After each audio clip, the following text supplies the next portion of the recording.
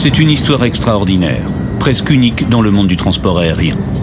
Le 10 juin 1990, un BAC 111 de British Airways se déclare en situation de détresse, à plus de 5000 mètres d'altitude, avec le corps du commandant de bord coincé dans la fenêtre du cockpit.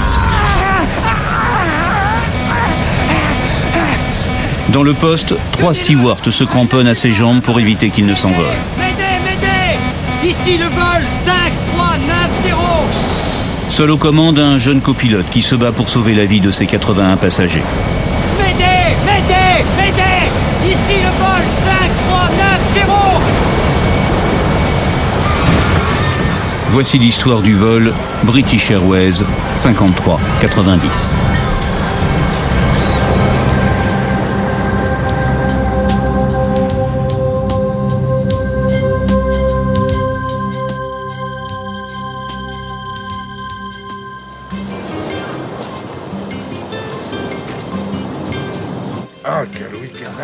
Pour l'équipage du vol British Airways à destination de Malaga, la journée du 10 juin débute comme toutes les autres, par un briefing.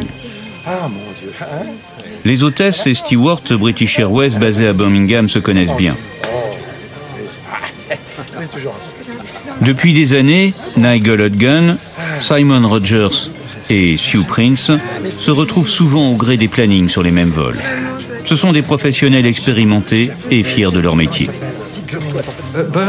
À Birmingham, les équipages cabines et les pilotes se connaissaient tous. On s'appelait par nos prénoms. Simon était un de mes très bons amis. On allait souvent boire un verre ou dîner ensemble. Nous étions tous amis. Le copilote, en revanche, est un petit nouveau dans le groupe. Alistair Hutchinson est arrivé le jour même de Manchester.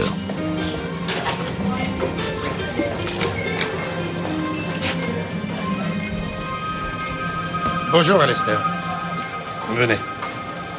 Tim Lancaster. Vous n'avez pas eu de bouchon? Non, ça va. Tim Lancaster est un commandant de bord expérimenté. Il est pilote de ligne depuis 21 ans. Le chef de cabine, John Hayward, arrive pour faire un dernier point avec l'équipage. Ah, bonjour à tous. Salut. Dis, Nigel, c'est notre nouveau copilote, là? Oui, il vient de Manchester. Ça fait une sacrée trotte. Très bien. Aujourd'hui, Malaga. Alors, voyons voir ce que nous avons là. Alors, Nigel, tu t'assieras à l'avant avec moi. On parlera rugby. Sue, où veux-tu te placer? Sur l'aile. Très bien. Bon, alors, Simon, tu seras à l'arrière. Bon, ça, c'est fait. Maintenant, quelques points de sécurité. Nigel? Comme avant chaque départ, le copilote effectue la visite pré-vol afin de s'assurer que l'avion est en parfait état. Dans le poste, le commandant Lancaster consulte les documents de bord, et notamment le journal de maintenance. Tout va bien?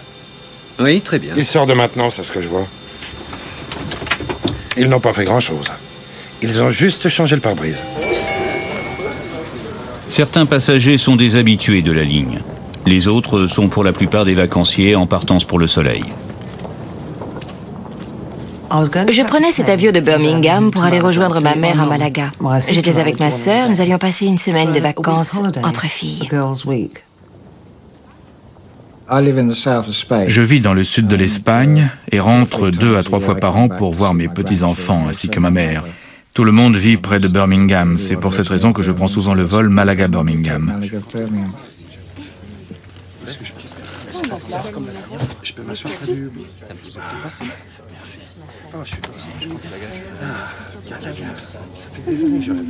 Madame, est-ce que vous êtes bien installée? Oui, je vous remercie. C'est ici. Je vous remercie. Mesdames et messieurs, c'est le commandant de bord qui vous parle. Je m'appelle Tim Lancaster. Bienvenue à bord de ce vol British Airways à destination de Malaga. Il avait l'air vraiment très gai et très décontracté. Il fait beau à Malaga, le ciel est bleu, le soleil brille. Asseyez-vous confortablement et savourez votre vol. Nous espérons encore pouvoir arriver à Malaga à l'heure prévue. Contrôle Birmingham, Speedberg 5390, nous sommes prêts à mettre en route. Mesdames et messieurs, nous allons procéder à une démonstration du matériel de sécurité et des procédures. Ces informations sont importantes pour vous. Nous vous demandons de les écouter attentivement. Je démarre le numéro 2. Les sorties de secours se trouvent de chaque côté de l'avion. L'hôtesse vous montre alors les issues de secours et tous les équipements de survie. Et bien sûr, personne n'y prête vraiment attention. Un type avait l'air totalement blasé. Il lisait le Times. On prend ça à la légère parce qu'on a tous déjà pris l'avion. Ça n'a pas vraiment d'importance. Ainsi, vous avez des masques pour respirer et vous disposez de sifflets pour attirer l'attention.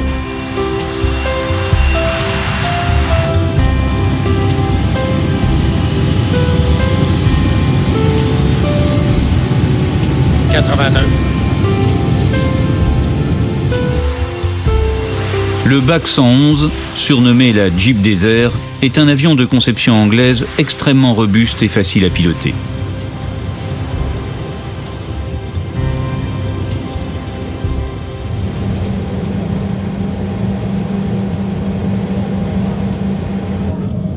Bonjour, désirez-vous un petit déjeuner? S'il vous plaît. La cabine pressurisée accueille 81 passagers, en plus des 6 membres d'équipage. L'avion monte vers le niveau 210, à peu près 7000 mètres, et si tout va bien, dans 2 heures à peine, il posera ses roues sur la piste ensoleillée de Malaga. Alistair, on voit ma maison d'ici. L'avion est stable dans sa montée. Le commandant décide de passer en pilotage automatique. Il en profite pour retirer son harnais et s'installer confortablement pour le vol. Je suis allé dans le cockpit proposer des boissons à Tim et Alistair. Messieurs, vous prendrez du thé? Oui, comme d'habitude. Moi, ce sera avec un sucre et du lait. Ensuite, je vous servirai votre petit déjeuner dans quelques minutes. L'avion est en vol depuis maintenant 13 minutes. Il vient de franchir les 15 000 pieds, plus de 5 000 mètres d'altitude. C'est alors que l'invraisemblable survient.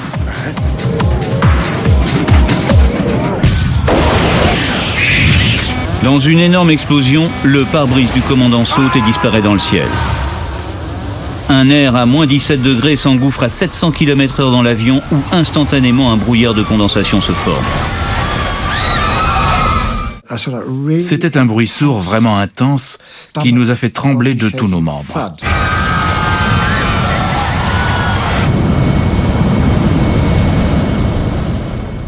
On plongeait littéralement. Et puis, on a commencé à être secoué comme ça. J'étais un peu sonné et j'ai pensé, mon Dieu, c'est une bombe. Sur l'instant, le copilote ne réalise pas ce qui se passe. D'instinct, il sait juste qu'il doit continuer à piloter, à maîtriser dans les airs cette machine de 43 tonnes qui plonge vers le sol. En une seconde, c'est l'enfer.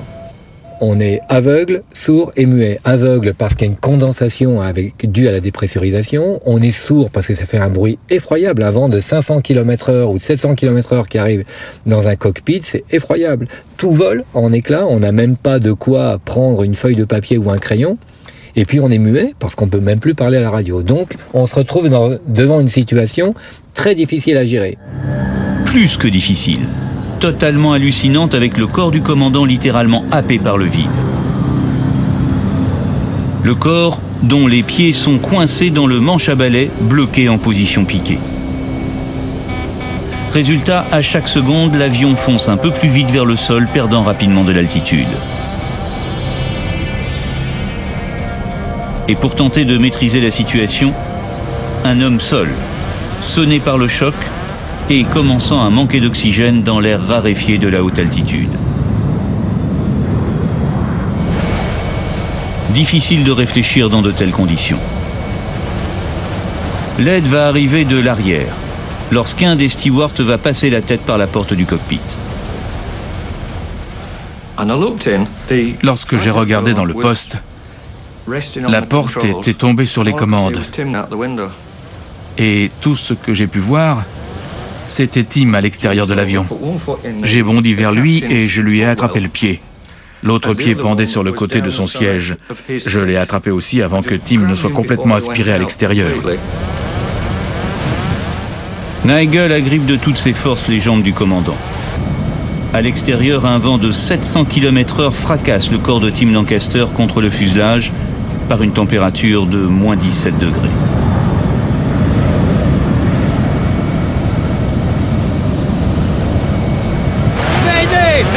Mayday! Londres, Speedbird 5390! L'appel de détresse est reçu par le contrôle. Mais le vacarme du vent dans le poste empêche le copilote d'entendre la réponse. Pire, les pieds du commandant bloquent toujours le manche en position piquée et l'avion descend à toute vitesse dans l'espace aérien de Londres, un des plus encombrés de la planète. En cabine, le chef Stewart essaie tant bien que mal de gagner le poste pour comprendre ce qui se passe. J'ai regardé dans le poste et vu Nigel comme suspendu au-dessus du siège.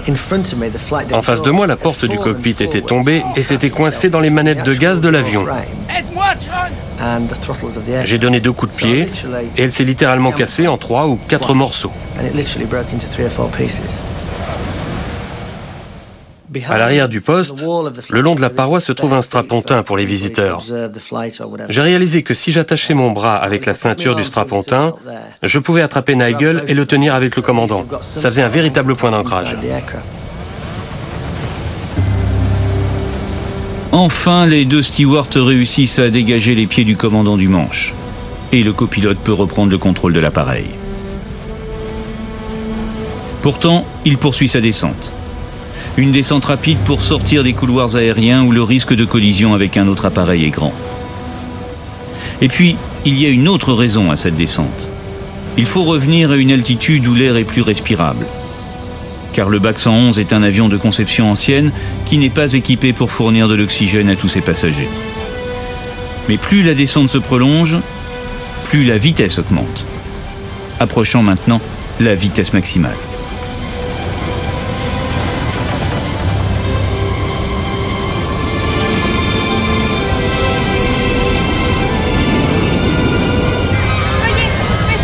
Calmez-vous, s'il vous plaît. Relevez vos sièges et attachez vos ceintures. Calmez-vous. Vous aussi, messieurs, dames, baissez. Les passagers sont au bord de la panique et le personnel essaie de les préparer pour un atterrissage forcé. Veuillez redresser vos sièges.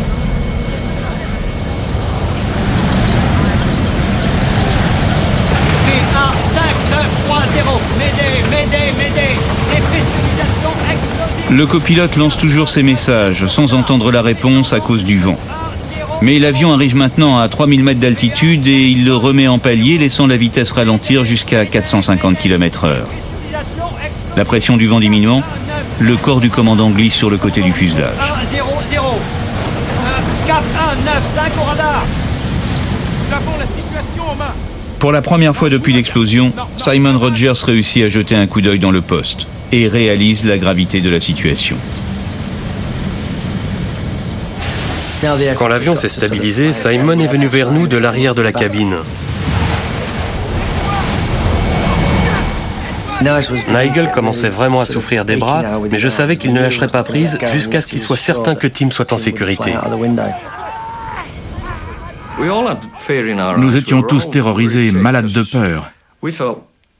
Nous pensions que nous allions mourir avec Tim. Cette idée me traversait l'esprit, mais tout reposait sur Alistair, et tous les trois, Simon, John et moi-même, devions résister et faire reculer la mort.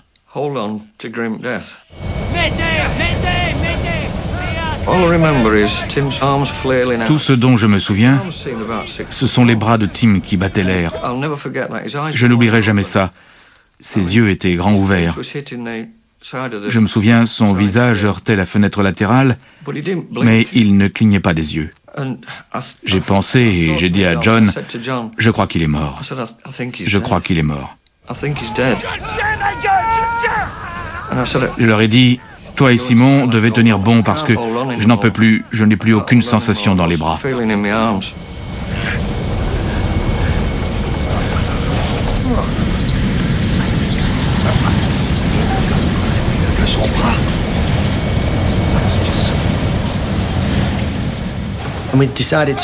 Nous avons décidé que Simon allait s'asseoir sur le strapontin et mettre la ceinture.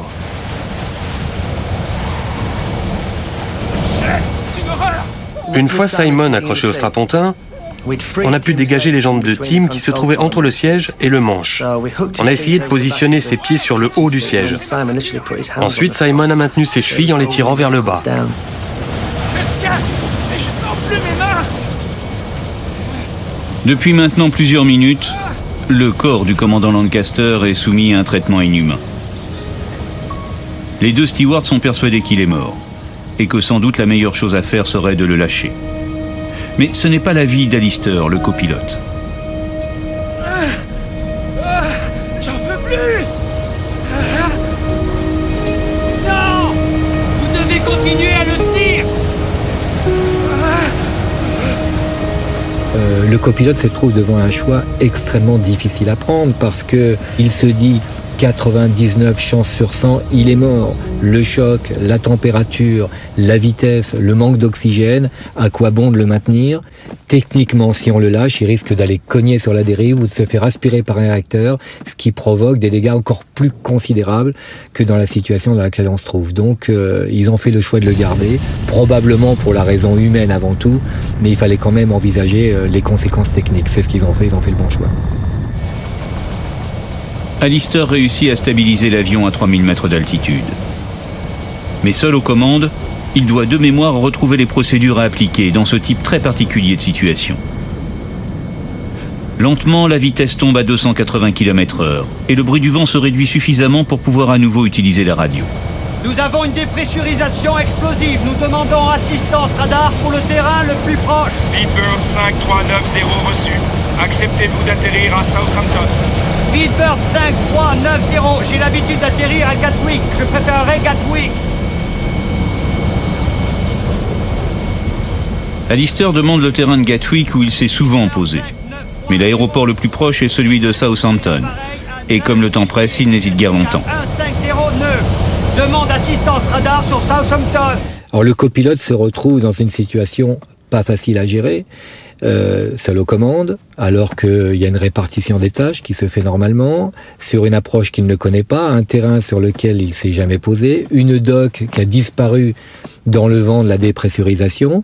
Heureusement, il lui reste une bouée de sauvetage. Ayant ralenti son avion, il a pu refaire de la radio avec le contrôleur qui l'aide et qui lui donne les bonnes indications. Malgré tout, le stress doit être considérable parce qu'il faut le gérer tout seul et on a une grosse responsabilité qui vous tombe sur le dos. Quand on est jeune copilote, c'est pas facile à gérer. L'avion s'approche de Southampton. Et Alistair prend directement contact avec la tour de l'aéroport. Southampton, ici Speedbird 5390, vous me recevez? Speedbird 5390, bonjour. J'ai votre identification radar à 9,6 km ouest de Southampton. Quel est votre niveau de vol actuel? Bien reçu, monsieur. Je ne connais pas très bien Southampton. Il faut que vous me guidiez jusqu'à la piste. Quand il m'a parlé, j'ai senti qu'il était stressé, qu'il avait une très forte pression. Combien avez-vous de personnes à bord? Nous avons 81 passagers à bord et 6 membres d'équipage. Reçu, c'est noté. On nous a informé d'une panne de dépressurisation. Est-ce que c'est votre seul problème? Négatif, monsieur. La moitié du corps du commandant est à l'extérieur de l'avion. Je crois qu'il est mort. Reçu, d'accord, c'est noté. Lorsqu'il m'a raconté ce qui se passait, j'ai d'abord été sceptique, parce que ça n'arrive jamais. Ça arrive dans les films, mais pas dans la réalité.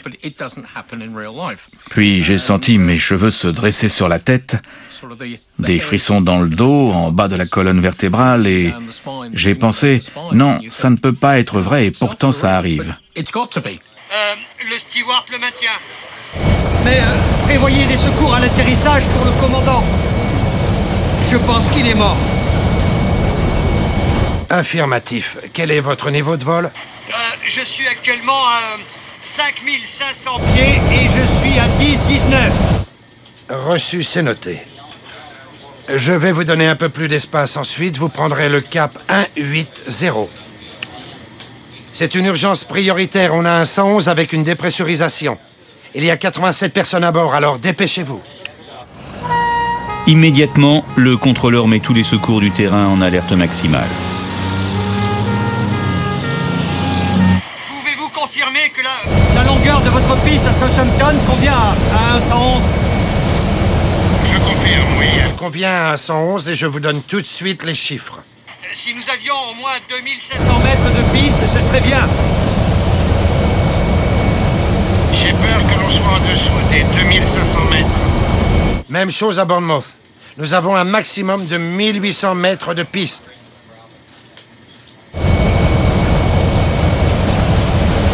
5930. Je vais m'en contenter. Alistair est inquiet, parce qu'avec le plein de kérosène, l'avion est au-dessus du poids maximum autorisé pour un atterrissage. Et dans ce cas-là, une piste courte présente un risque réel. Soit l'avion parvient à s'arrêter sur la piste, soit les pneus explosent, soit l'appareil sort en bout de piste. Alistair était inquiet et a posé la question au sujet des 2500 mètres de longueur. 5390. Merci beaucoup. J'ai les trois vertes. Volé à 45 degrés. Nous sommes prêts pour l'approche. On va y aller en douceur. Oui, bien reçu. Numéro 1 à l'atterrissage. Dans l'aéronautique, la formation des pilotes est basée sur le binôme pilote-copilote, deux maestros accomplis dans le poste de pilotage. Le premier pilote l'avion et le deuxième exécute toutes les manœuvres d'urgence. Mais voilà, ce jour-là, il y avait un commandant qui pendait à la fenêtre avec au moins une personne agrippée à ses jambes, et puis Alistair qui pilotait seul l'avion sans personne à qui parler. Speedbird 5390, la piste à 14 km et vous êtes autorisé à atterrir. Le vent est du 020 degrés à 4 nœuds. Descendez à l'altitude de 4500 pieds. Le QFE est de 1017. Bien reçu, monsieur. Descendant à 4500 pieds. Continuez à me parler jusqu'au bout. Je vais avoir besoin de toute votre aide. Reçu. Dès que vous aurez immobilisé l'avion, faites évacuer vos passagers sur la piste. Il devait être à 8 ou 9 km de l'aéroport, et bien sûr, à ce moment-là, je lui parlais sans arrêt en attendant qu'il ait la piste en vue. Au moment où il a annoncé avoir la piste en visuel, j'ai effectivement arrêté de parler.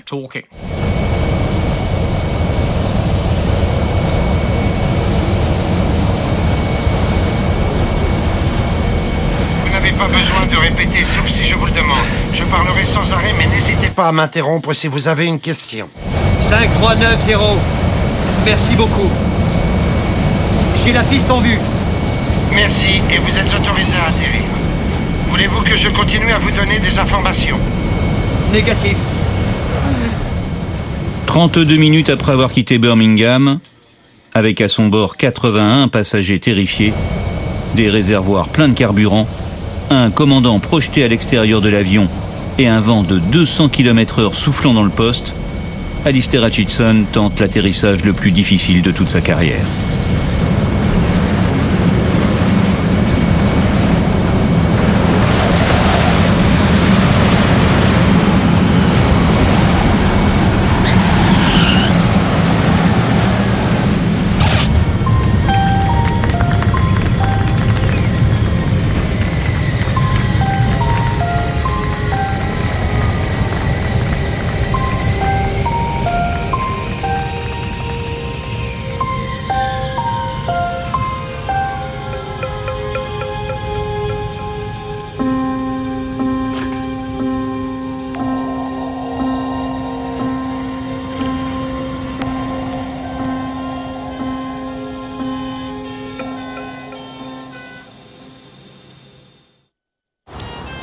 À 8h55, le vol British Airways 5390 fait un atterrissage impeccable à l'aéroport de Southampton.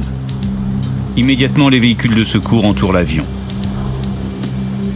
Les pompiers évacuent le corps du commandant.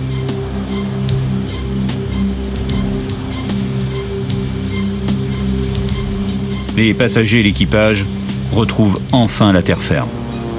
Je me souviens avoir vu le copilote, l'homme sans qui nous serions tous passés de l'autre côté.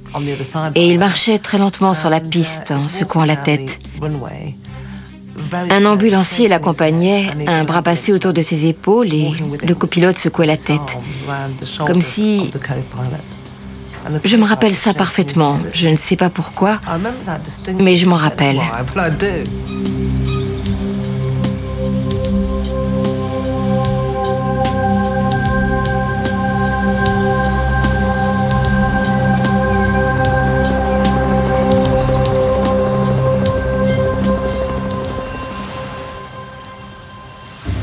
Mais le plus extraordinaire survient quelques instants plus tard. Transporté dans une ambulance, Le corps du commandant Lancaster est ausculté par les médecins. Et contre toute attente, ils s'aperçoivent qu'il est vivant. J'ai commencé à reprendre connaissance au sol à Southampton. Je me souviens des lumières clignotantes rouges et blanches des ambulances, mais ni des gens ni des conversations. Puis mes pensées sont devenues plus claires à l'hôpital de Southampton.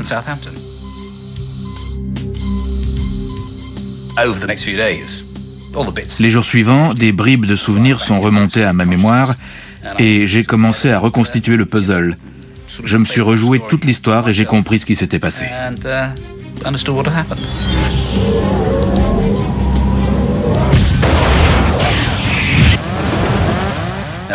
Il y a eu une énorme explosion lorsque l'air s'est échappé.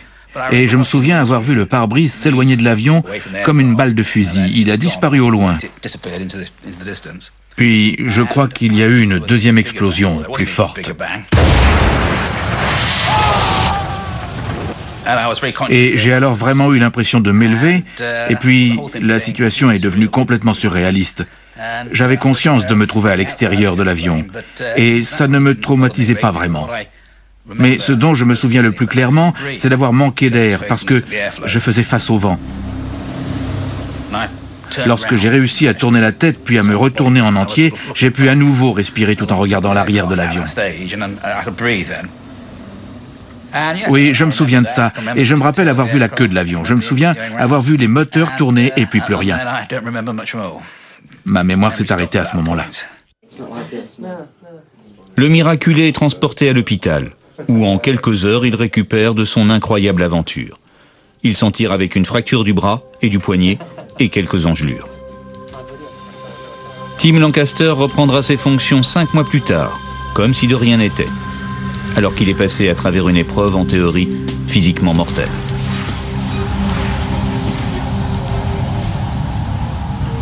Je crois que personne ne s'attend à être soumis à des conditions si extrêmes. La survie du commandant s'est jouée tout au plus à 10 minutes. Il se refroidissait de plus en plus et son métabolisme commençait à ralentir. Tim Lancaster a subi 2 types de traumatismes.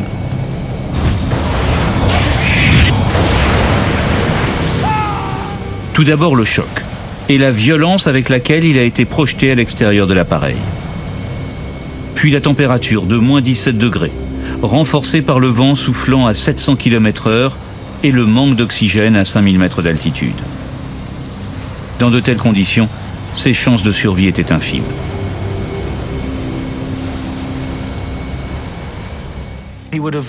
Il a probablement commencé par sombrer en état de semi-conscience, puis d'inconscience. Et si sa température interne avait continué à chuter, il serait finalement mort à cause du froid intense qui règne dans cet environnement. Une question de minutes. Le commandant Lancaster a eu beaucoup de chance. Il était physiquement résistant. Son copilote a fait preuve d'un remarquable sang-froid.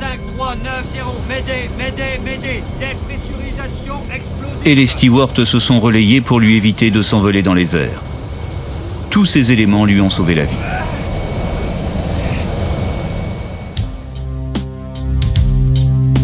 Les gars, si quelqu'un se sent pas bien, dites-le moi. Peu de pilotes sont capables de réellement comprendre ce qui est arrivé à Hutchison et à son équipage, mis à part les pilotes militaires. Nous sommes avec de nouvelles recrues de la Royal Air Force, en plein exercice de simulation de décompression explosive. Un caisson hyperbare va reproduire les effets de l'éclatement d'un pare-brise à 7500 mètres d'altitude. Moteur. Vérifié et en marche. Toutes les connexions. Vérifié et confirmé. Vérification terminée. La pression monte selon les indications de l'officier médecin. Monte à 2500 mètres à 1200 mètres par minute. Ok, je monte à 2500 mètres à 1200 mètres par minute. Premier palier à 2500 mètres, la pression et le niveau d'oxygène ne présentent aucune difficulté. Maintenant, les étudiants vont être artificiellement projetés en 1 seconde à 7500 mètres. À tous les étudiants, ayez l'obligeance, s'il vous plaît, de lever clairement vos pouces lorsque vous serez prêts pour une décompression rapide. Très bien, attention étudiants, préparez-vous à une décompression rapide. 5, 4, 3, 2, 1, maintenant. Le brouillard est exactement le même que celui qui a envahi le cockpit du vol BA-5390. Sous l'effet de la dépressurisation et de la température, les particules d'eau en suspension dans l'air se condensent et forment une sorte de brume.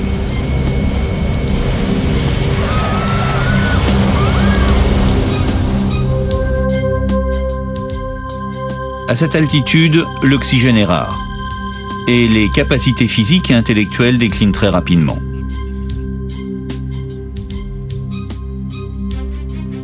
On est stable à 7500 mètres. On peut maintenir l'altitude. Ok, commençons. Reproduisez-moi ces formes dans la marge de droite. Sans oxygène, on commence par observer une baisse de la réactivité. On constate des changements dans la personnalité. Ça ressemble beaucoup aux effets de l'alcool. On voit des étudiants devenir euphoriques, d'autres complètement apathiques, et d'autres encore développer des pertes de mémoire. Regardez comme les visages de vos collègues sont laids. Observez s'ils embellissent. Nos étudiants sont de moins en moins performants. Leur cerveau fonctionne au ralenti, ainsi que leur réactivité, jusqu'à ce qu'ils commencent à développer des troubles de la concentration et perdent connaissance. Finalement, ils pourraient mourir si on ne leur fournissait pas à nouveau de l'oxygène. Pour l'instant, le sang transporte moins d'oxygène. Le but de cette expérience est d'en observer les symptômes sur soi-même et sur les autres. Les 81 passagers du vol BA-5390 ont donc survécu grâce à un incroyable concours de circonstances. À commencer par l'extraordinaire sang-froid du copilote, qui durant 22 minutes a réussi à piloter un avion dans les conditions les plus épouvantables.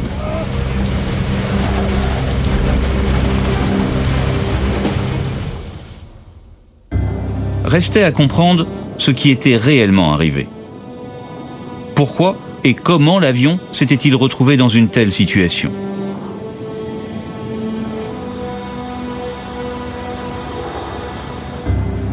Quelques heures après l'atterrissage, Stuart Colling, chef enquêteur au service des accidents aéronautiques, entame son enquête.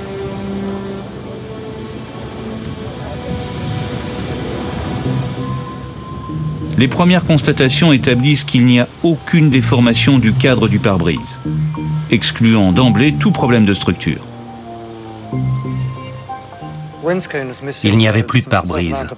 Il y avait pas mal de sang autour. Le fuselage n'était que légèrement cabossé et rayé, ce à quoi l'on s'attend lorsqu'un pare-brise s'envole. Et c'est tout ce qu'il y avait, à part tous les papiers éparpillés dans le cockpit.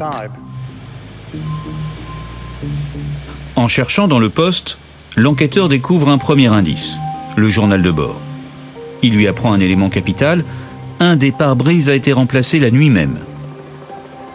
Stuart Colling se rend immédiatement à Birmingham, au service de maintenance de British Airways. Je voulais découvrir ce qui s'était précisément passé juste avant le décollage de l'avion. J'avais arrangé un rendez-vous avec le chef des équipes de maintenance qui avait installé le pare-brise. Mais il avait travaillé toute la nuit et s'était couché au petit matin. Il était en train de dormir et je devais attendre pour l'interroger.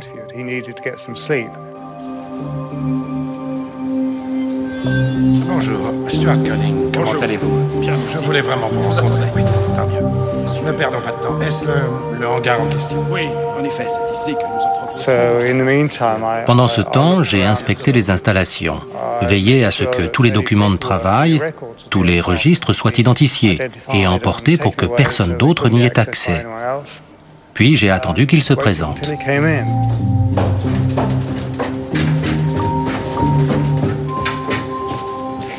Pour le bureau d'enquête des accidents aériens. Enchanté. Et voici mon collègue. Bonjour. Ce que j'aimerais faire aujourd'hui, c'est reconstituer les événements qui se sont déroulés durant cet après-midi de travail. D'accord. Et comment ils se sont déroulés.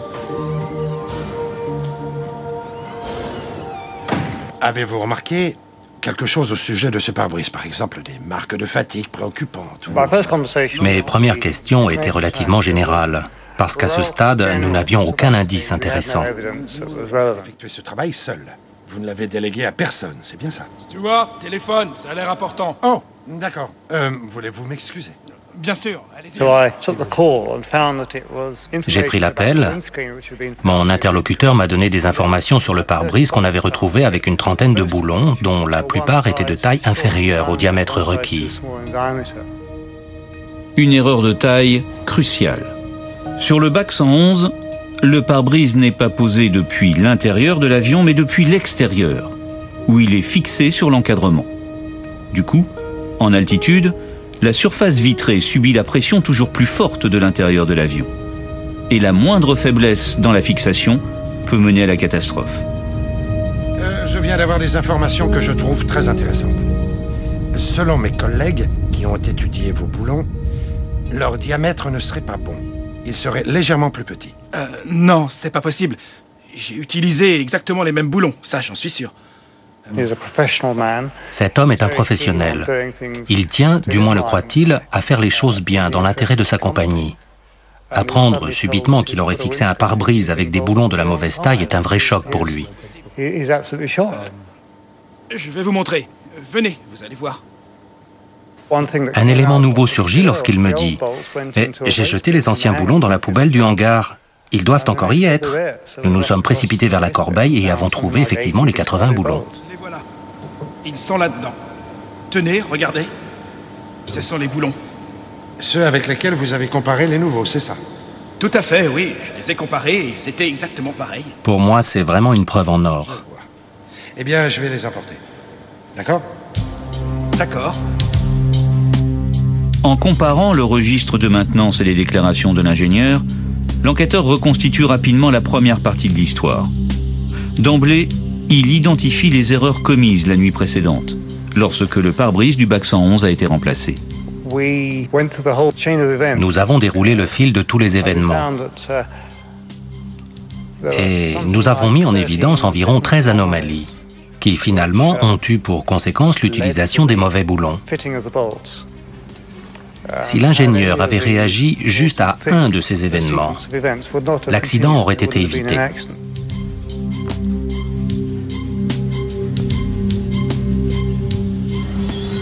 Flashback. Dans la nuit du 9 au 10 juin, l'ingénieur prend son service très tôt. Et vers 4 heures du matin, il commence à démonter le pare-brise de l'avion.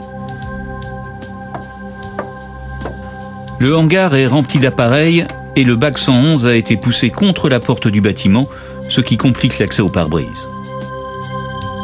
Allongé sur le fuselage, l'ingénieur a du mal à manier son tournevis. L'ancien pare-brise est déjà fixé avec des boulons de mauvaise taille. Mais ces derniers sont encore assez solides pour maintenir le pare-brise qui a tenu sans accroc durant 4 ans.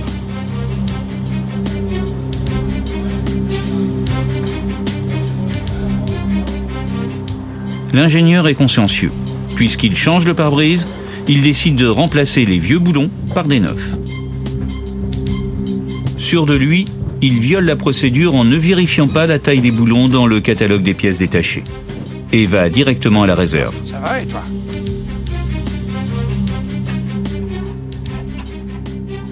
Là, il cherche des boulons neufs, identiques à ceux qu'il vient de retirer du pare-brise. Malheureusement, il ne trouve pas son bonheur.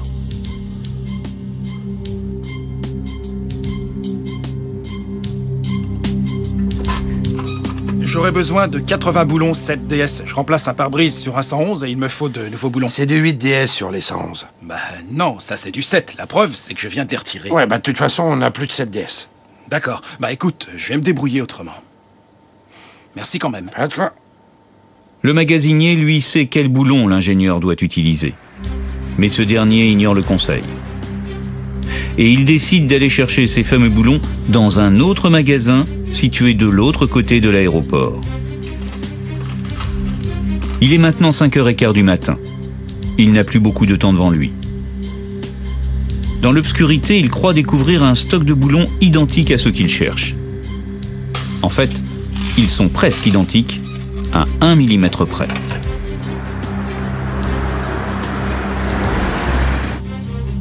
Revenu dans le hangar du bac 111, l'ingénieur s'installe sur le fuselage et commence à visser les nouveaux boulons.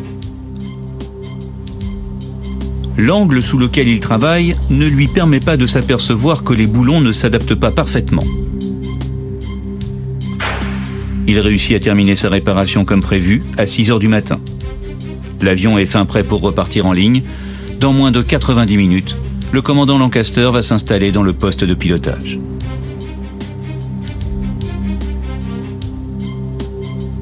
Deux heures plus tard, alors que le BAC 111 passe les 5000 mètres d'altitude, la pression interne de l'appareil ne cesse d'augmenter. Déjà plus de 55 kg par mètre carré. Une pression trop forte pour des vis trop petites. Et c'est la catastrophe.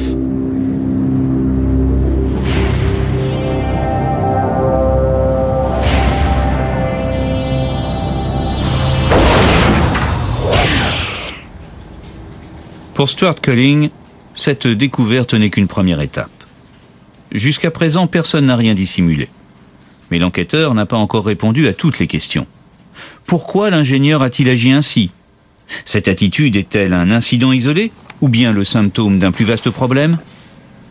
Les enquêtes concernant les accidents d'avion comportent deux étapes. La première consiste à comprendre ce qui s'est passé, c'est la partie la plus facile. La deuxième, c'est comprendre pourquoi cela est arrivé.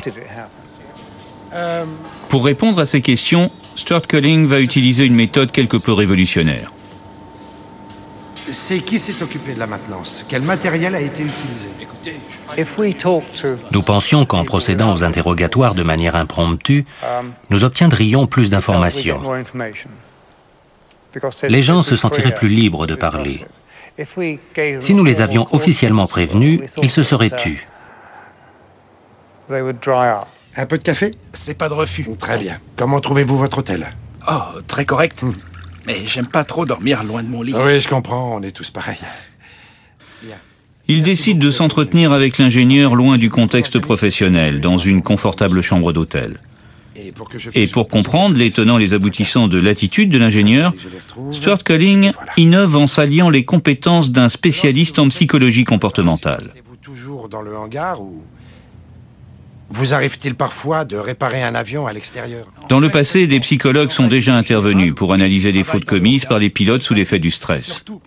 Mais en 1990, elle n'a encore jamais été utilisée auprès des ingénieurs.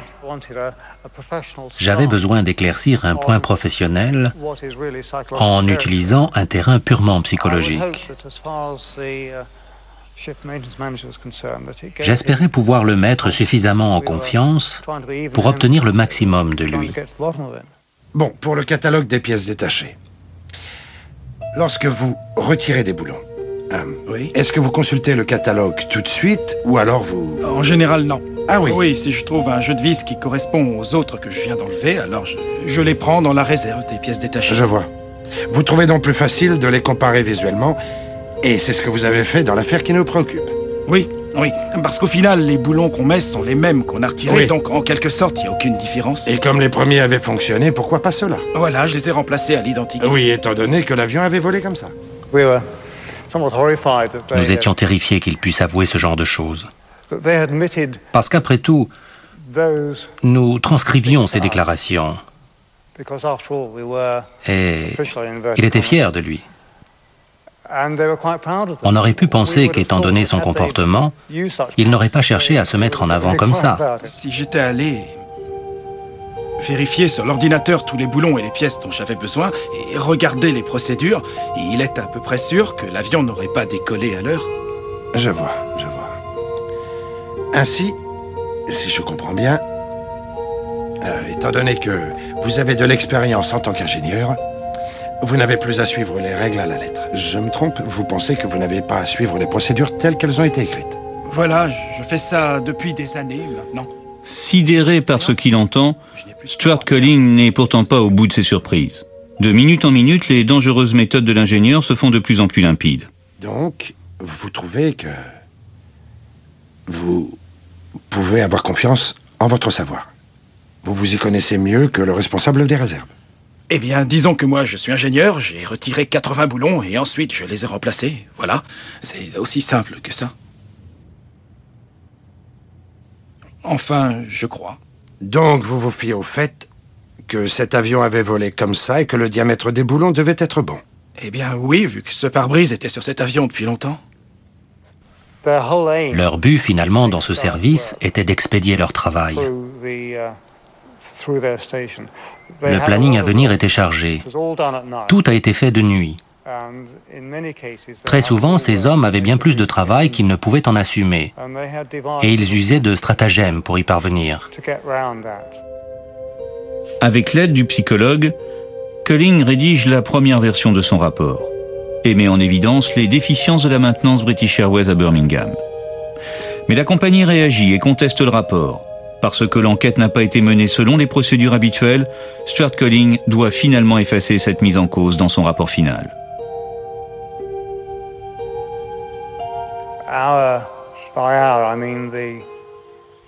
Notre avocat, ainsi que des conseillers juridiques spécialisés dans ce secteur, nous ont confirmé qu'il était illégal d'utiliser ces informations obtenues hors procédure habituelle. Nous avons donc été obligés de retirer ça de notre rapport. Jamais enquêteur n'a produit un tel rapport sur un accident. En travaillant avec un psychologue, Stuart Culling a innové dans le traitement des facteurs humains. Les pressions exercées ouvertement sur les équipes de maintenance ont obligé un ingénieur, par ailleurs très compétent, à commettre des fautes en toute bonne conscience professionnelle. Des fautes qui auraient pu avoir des conséquences fatales. Cette approche psychologique a depuis été reprise et a permis d'améliorer la sécurité aérienne. Cette mésaventure a soudé durablement les membres de l'équipage du vol 5390.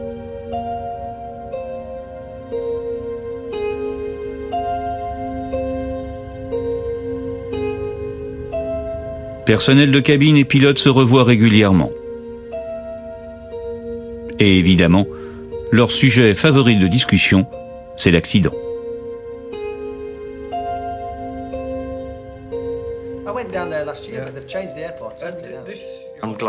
Je suis heureux d'avoir continué à le tenir parce qu'aujourd'hui Tim est vivant. C'est un homme très résistant. Il doit l'être puisqu'il a survécu à ça. Moi, je n'en aurais pas été capable. Dans cette histoire, chacun à sa manière s'est comporté comme un héros. Chacun a fait ce qu'il a pu pour aider et sauver la vie du commandant et des 81 passagers. Une attitude qui force le respect et qui leur a valu à tous non seulement une médaille, mais surtout une reconnaissance unanime.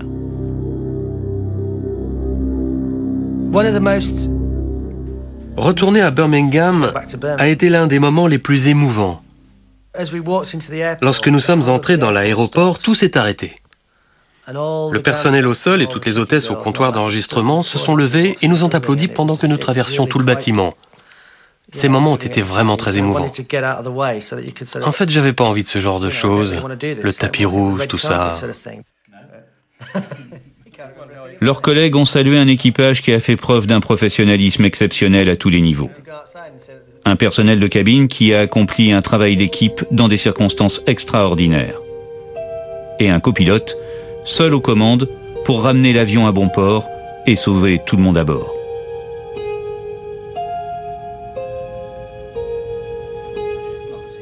Tim Lancaster est aujourd'hui retraité de chez British Airways.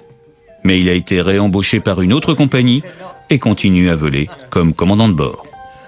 La première fois que j'ai de nouveau volé, ce fut une journée très particulière.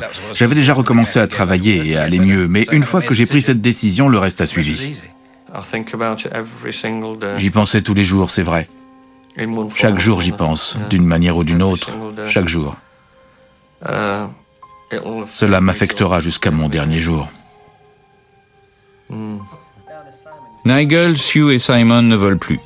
Mais John Hayward, le chef de cabine, travaille toujours pour British Airways, mais plus à bord du même avion. British Airways a mis en service un nouvel appareil à Birmingham. Malheureusement, le pare-brise sur cet avion était fixé à l'extérieur, comme sur le bac 111. Les deux cabines se ressemblaient également, et quand je me suis assis la première fois, tout m'est revenu en mémoire. C'est pour ça que j'ai demandé ma mutation sur les longs courriers à Londres, parce que ces avions ne ressemblent pas au bac 111. Une chose est sûre, ce jour-là, chaque membre de l'équipage a vu la mort en face durant ces 22 minutes. Simplement, ce n'était pas leur heure, question de destin. Tim l'a vraiment très bien expliqué. Il a dit, nos noms figuraient sur la liste, mais pas tout en haut.